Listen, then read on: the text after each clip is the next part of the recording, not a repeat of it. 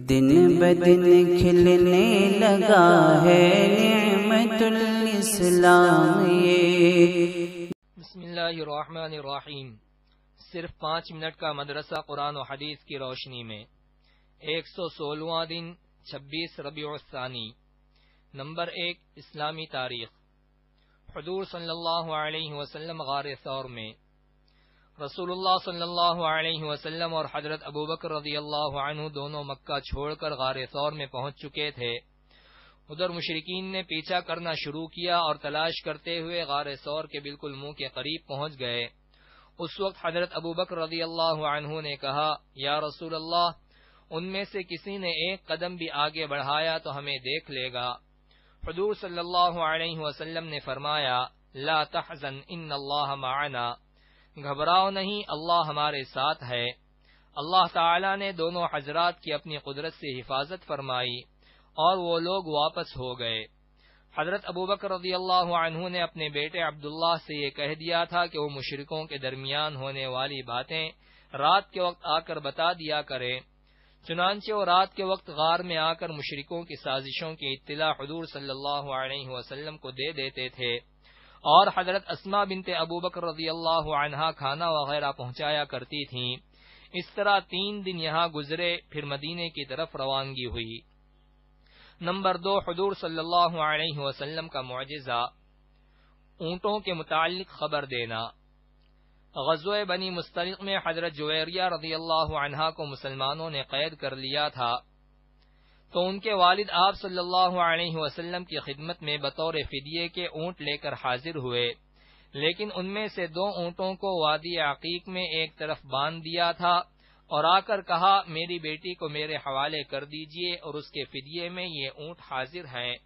آپ صلی اللہ علیہ وسلم نے فرمایا، وہ 2 اونٹ کب لاؤ گے جو تم کو زیادہ پسند ہیں اور جن کو باندھ کر آئے ہو؟ والد نے کہا، میں گواہی دیتا ہوں کہ آپ اللہ کے رسول ہیں، یہ راز تو میرے علاوہ کوئی نہیں جانتا تھا، اور پھر انہوں نے اسلام قبول کر لیا۔ نمبر 3، ایک فرض کے بارے میں، بیوی کی وراثت میں شوہر کا حصہ۔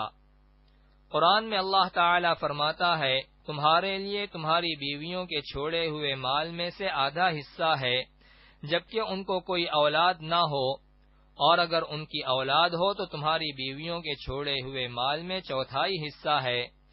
تمہیں یہ حصہ ان کی وصیت اور قرض ادا کرنے کے بعد ملے گا۔ نمبر 4، ایک سنت کے بارے میں، موت کی سختی کے وقت کی دعا۔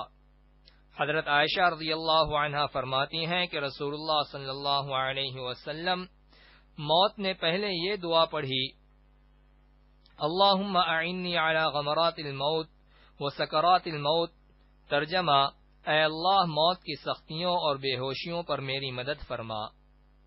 نمبر 5، ایک اہم عمل کی فضیلت، وضو کر کے امام کے ساتھ نماز ادا کرنا۔ رسول اللہ صلی اللہ علیہ وسلم نے فرمایا، جس نے اچھی طرح مکمل وضو کیا، پھر فرض نماز ادا کرنے کے لیے گیا اور امام کے ساتھ نماز پڑھی، اس کے صغیرہ گناہ معاف کر دیے جاتے ہیں۔ نمبر 6، ایک گناہ کے بارے میں، کفر کی سزا جہنم ہے۔ قرآن میں اللہ تعالی فرماتا ہے، جن لوگوں نے کفر کیا اور اللہ کے راستے یعنی دین سے لوگوں کو روکا، پھر کفر کی حالت ہی میں مر گئے تو اللہ تعالی ان کو کبھی نہیں بخشے گا۔ نمبر 7، دنیا کے بارے میں، آخرت دنیا سے بہتر ہے۔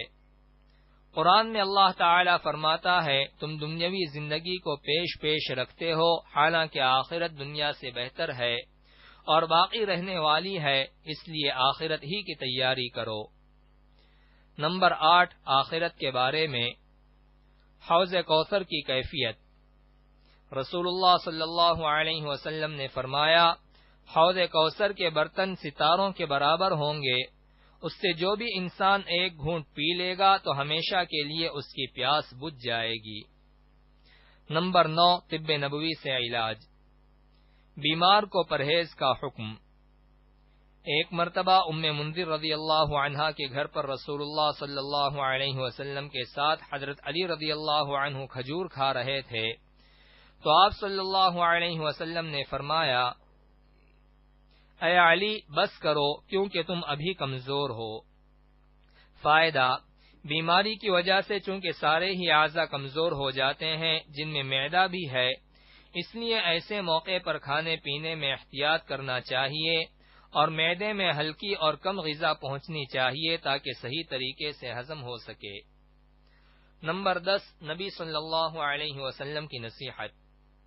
رسول اللہ صلی اللہ علیہ وسلم نے فرمایا، تقوی و پرہیزگاری اختیار کرو، سب سے بڑے عبادت گزار بن جاؤ گے، اور تھوڑی چیز پر رضامند ہو جاؤ، سب سے بڑے شکر گزار بن جاؤ گے، اور لوگوں کے لیے وہی چیز پسند کرو جو تم اپنے لیے پسند کرتے ہو، تم سچے مومن بن جاؤ گے، اور تم اپنے پڑوسی کے ساتھ حسن سلوک کرو، پکے مسلمان بن جاؤ گے، اور کم ہنسا کرو کیونکہ زیادہ ہنسنے سے دل مردہ ہو جاتا ہے۔